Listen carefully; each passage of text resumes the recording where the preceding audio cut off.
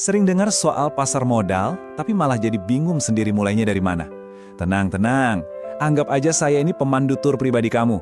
Yuk, dalam beberapa menit ke depan, kita akan bedah bareng-bareng konsepnya pakai cara yang super simple. Biar dunia investasi yang kelihatannya rumit ini jadi jauh lebih gampang buat kita pahami. Jadi apa sih sebenarnya pasar modal itu? Oke, gampangnya gini deh. Coba bayangin sebuah platform atau wadah keuangan raksasa yang ngasih kesempatan buat siapa aja, termasuk kamu dan saya, untuk jual beli berbagai instrumen investasi. Anggap aja ini kayak sebuah pasar super besar, ya. Di satu sisi, ada perusahaan-perusahaan yang butuh dana, butuh modal buat berkembang, buat inovasi, atau mungkin buat bangun pabrik baru.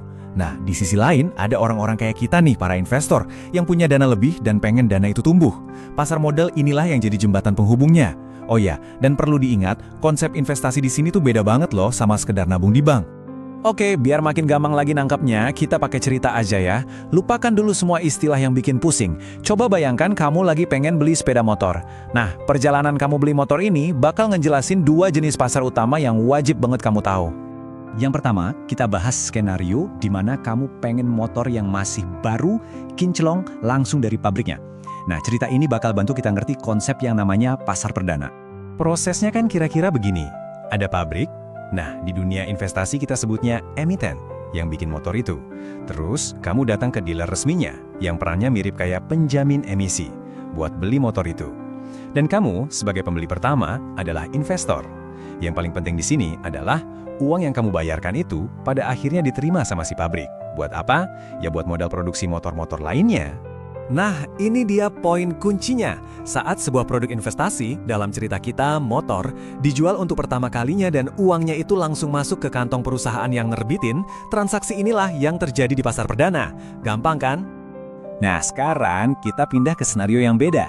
Ceritanya, beberapa tahun kemudian, kamu mutusin buat jual motor yang kamu punya itu. Ini nih yang bakal ngebawa kita ke konsep pasar sekunder. Kamu mungkin pasang iklan atau bawa motornya ke dealer motor bekas. Ternyata teman kamu tertarik, terus dia beli motor itu dari kamu. Coba deh pikirin, di transaksi ini, apa pabrik yang bikin motor itu ikutan lagi? Tentu enggak dong, duitnya kan cuma pindah dari kantong teman kamu ke kantong kamu. Dealernya paling cuma jadi perantara aja. Dan ya itulah pasar sekunder. Ini adalah tempat di mana para investor saling jual beli aset yang udah beredar di antara mereka sendiri. Perusahaan yang dulu pertama kali nerbitin saham atau obligasinya udah nggak terlibat lagi dalam transaksi jual beli harian ini. Oke, biar makin nempel di kepala, kita rangkum cepet ya perbedaannya. Di pasar perdana, intinya adalah perusahaan nerbitin saham baru buat dapat modal segar. Duitnya masuk ke perusahaan. Nah, kalau di pasar sekunder, para investor lah yang saling oper-operan saham yang udah ada. Duitnya berputar di antara investor. Ini perbedaan paling mendasar yang harus kamu ngerti. Oke, konsepnya udah dapet nih, keren. Tapi mungkin kamu penasaran gimana sih proses jual beli itu beneran terjadi di Indonesia? Yuk, sekarang kita intip dapurnya. Gimana pesanan kamu diproses dari awal sampai akhir?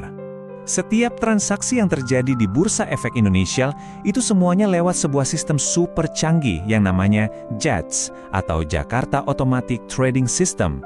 Anggap aja ini otaknya atau jantungnya bursa yang mempertemukan semua order jual dan beli dari seluruh penjuru negeri secara otomatis.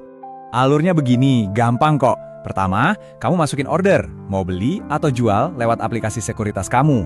Perintah itu langsung dikirim ke sistem bursa dan masuk ke dalam JATS. Nah, di dalam JATS, sistem ini langsung kerja kayak mak comblang super cepat. Kalau kamu mau jual di harga 1.000, JATS langsung nyari siapa yang mau beli di harga 1.000. Begitu ketemu, klik, transaksinya langsung jadi. Sisanya tinggal proses administrasi di belakang layar aja. Oke, teorinya udah kita kuasai. Sekarang saatnya ngomongin prakteknya. Apa aja sih yang sebenarnya kamu perluin buat bener-bener mulai buat jadi bagian dari pasar ini? Ternyata persyaratannya simpel banget loh. Pada dasarnya, kamu cuma perlu siapin 3 hal ini. KTP, jelas ya buat bukti identitas. Terus NPWP untuk urusan perpajakan. Dan yang terakhir, ngisi formulir buat buka rekening dana nasabah atau RDN.